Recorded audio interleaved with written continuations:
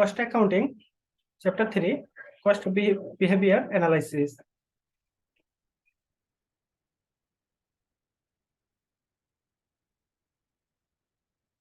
এখানে আমরা আজকে কোএফিসিয়েন্ট অফ কোরিলেশন ব্যবহার করে রিগ্রেশন ইকুয়েশনের অঙ্ক করব। কোএফিসিয়েন্ট ব্যবহার করে আমরা রিগ্রেশন ইকুয়েশনের সূত্র ব্যবহার করে আজকে আমরা অঙ্ক করব। এর জন্য আমাদের আজকে এই সূত্রটি ব্যবহার করতে হবে। যদি আমাদের x1y হয় তাহলে হবে x minus x bar equal to কোরিলেশনকে আমরা r দ্বারা প্রকাশ করি, এজন্য লিখব r ইনটু sdx বা থিটা x বা বিটা x ডিভাইডেড sdy বা বিটা y বা theta y into y minus y bar.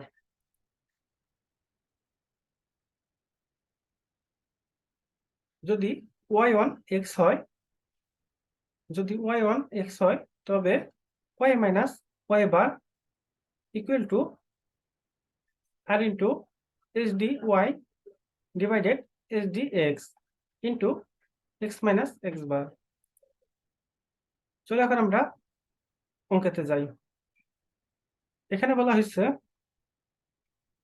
the following information are sales and advertising expenditure about a firm. এখানে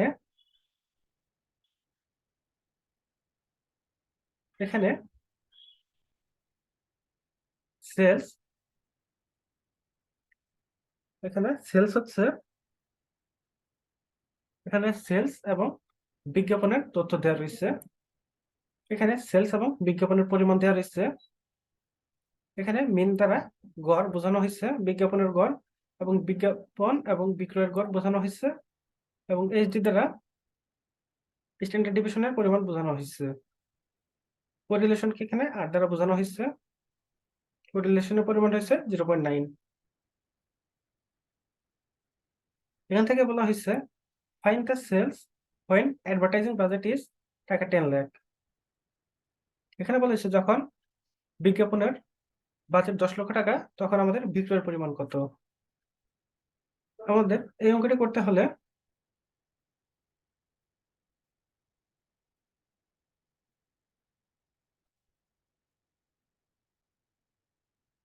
অঙ্কটি শুরু করা যায়। প্রথমে আমরা লিখবো এখানে given that, আমাদের যে সকল তথ্যগুলো এখানে দেওয়া রয়েছে সেগুলো আমরা এখানে লিখবো। এখানে আমাদের x বার হচ্ছে আমাদের সেলস এর পরিমাণ। এখানে আমাদের x বার হচ্ছে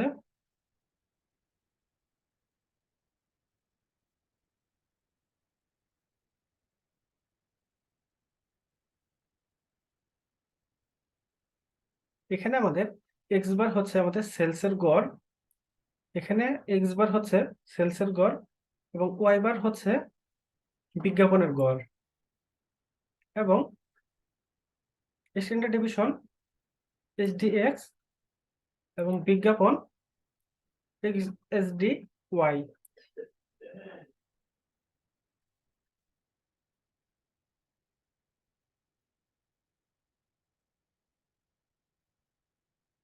এবং কোরিলেশন আর 0.9 দেওয়া রয়েছে।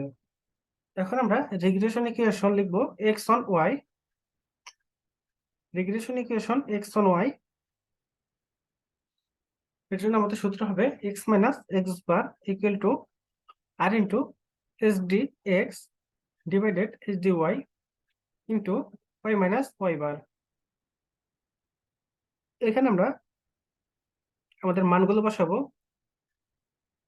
মানগুলো বসানোর পর এখানে আমরা ক্যালকুলেশন করলে আমরা x এর মান পাবো x equal to 4 plus 6y। এখানে আমরা রিগ্রেশন ইকুয়েশনের এই সূত্রটি বসিয়ে ক্যালকুলেশন করলে আমাদের x এর মান পাবো 4 প্লাস 6y। এখানে x দ্বারা আমরা আমাদের সেলস এর পরিমাণ নির্ণয় করতেছি। এখন আমরা লিখব putting the value y equal to 10 in the equation. এখন আমরা এই y এর জায়গায় আমাদের এই 10 লক্ষ টাকার বিজ্ঞাপনের পরিমাণটি লিখব। তাহলে আমাদের রেজাল্ট আসবে x equal to 4 plus 6 into 10 equal to 64. Then আমরা লিখতে পারি thus the likely sales for advertising budget of টাকা 10 lakh is টাকা 64 lakhs. এখানে আমাদের y দ্বারা বিজ্ঞাপনের পরিমাণ বোঝানো হয়েছে এবং বিজ্ঞাপনের পরিমাণ 10 লক্ষ টাকা দেওয়া রয়েছে। আমাদের বিজ্ঞাপন 10 লক্ষ টাকা হলে আমাদের সেলসের পরিমাণ কত এটি নির্ণয় করতে বলা হয়েছিল। এর জন্য আমরা এখানে সেলসের পরিমাণ নির্ণয় করার জন্য আমরা 4 plus 6y এর সাথে 10 গুণ করেছি এবং আমরা আমাদের বিক্রয়ের পরিমাণ পেয়েছি 64 লক্ষ টাকা। চলো এই যে আরেকটা অঙ্ক দেখি। এখানে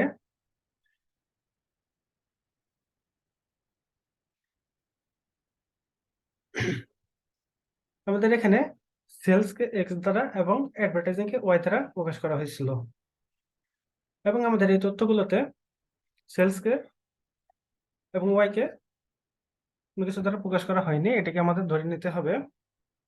এখানে আমাদের অ্যারিথমেটিক মিন দেওয়া রয়েছে 50, সেলসের 50 লক্ষ কোটি টাকা এবং বিজ্ঞাপনে 10 কোটি টাকা। আমাদের স্ট্যান্ডার্ড ডিভিশন দেওয়া রয়েছে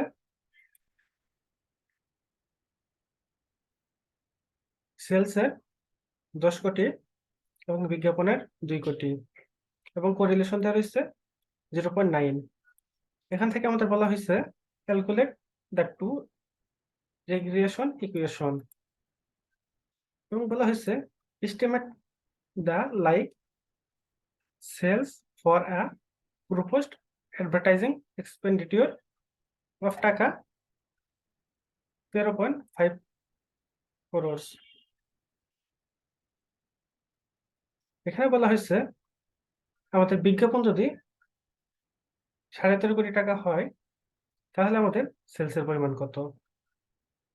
এরপর আমাদের এখানে আরেকটি তথ্য দিয়ে বলা হয়েছে আমাদের টার্গেটেড সেল যদি 70 কোটি টাকা হয় তাহলে আমাদের বিজ্ঞাপনের পরিমাণ কত হবে। চলো এখন আমরা অঙ্কটি শুরু করি। প্রথমে আমরা দেওয়া তথ্যগুলো লিখে নেব। এখানে আমরা সেলসকে x এবং অ্যাডভার্টাইজিংকে বি দ্বারা অ্যাডভার্টাইজিংকে y দ্বারা প্রকাশ করব। চলো শুরু করি। প্রথমে লিখব let sales equal to x এবং অ্যাডভার্টাইজিং ইকুয়াল টু y। এরপর আমাদের প্রাপ্ত ফলগুলোকে এখানে লিখব। আমাদের অ্যারিথমেটিক মিন অর্থাৎ সেলসের অ্যারিথমেটিক মিন 50 এবং y এর অ্যারিথমেটিক মিন 10 দেওয়া রয়েছে, SDX 10, SDY 2 এবং কোরিলেশন আর 0.9 দেওয়া ছিল। এখন আমরা লিখব regression equation x on y equal to x minus x bar equal to r into SDX divided SDY into y minus y bar। এখন আমরা এখানে মানগুলো বসিয়ে ক্যালকুলেশন করলে আমাদের x এর মান পাবো 4.5y plus 5। আমাদের x এর মান পাবো 4.5y plus 5। এরপর আমরা একইভাবে রিগ্রেশন ইকুয়েশন করব y on x। এখন আমরা একইভাবে রিগ্রেশন ইকুয়েশন করব y on x।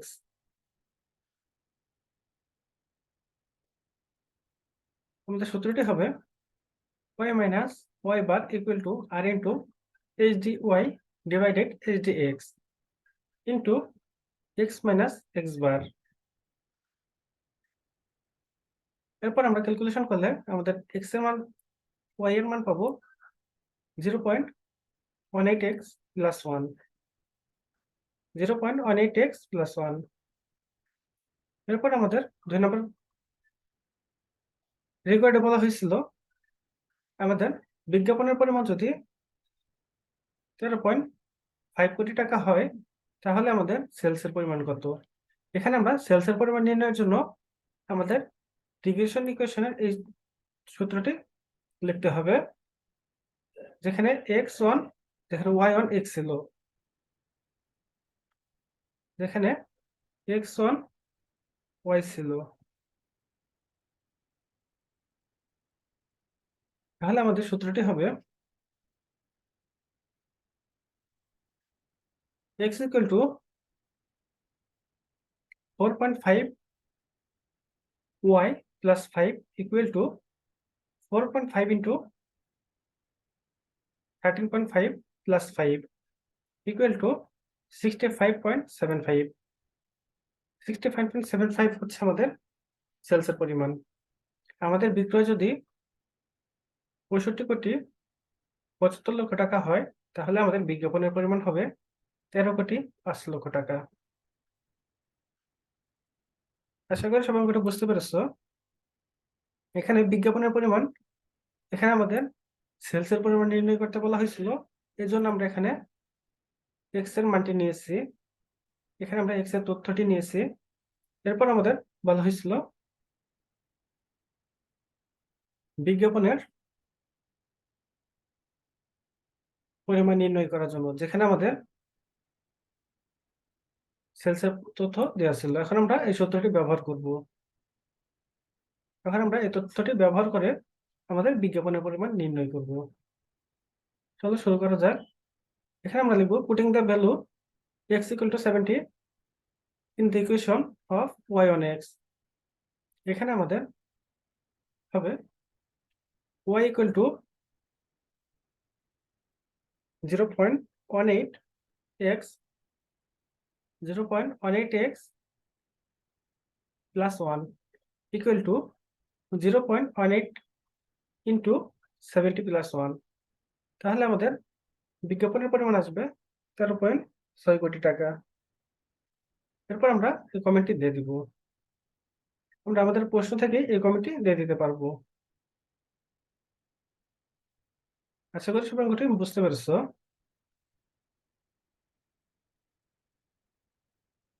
আমাদের বিজ্ঞাপনের পরিমাণ নির্ণয় করতে বলা হয়েছে বিধায় আমরা এখানে y1 x নির্ণয় করেছি বা y1 x এই তথ্যটি ব্যবহার করেছি, এবং আমাদের রিকোয়ার্ড বিতে আমাদের বিক্রয়ের পরিমাণ নির্ণয় করতে বলা হয়েছিল, এজন্য আমরা x এর তথ্যটি ব্যবহার করেছি।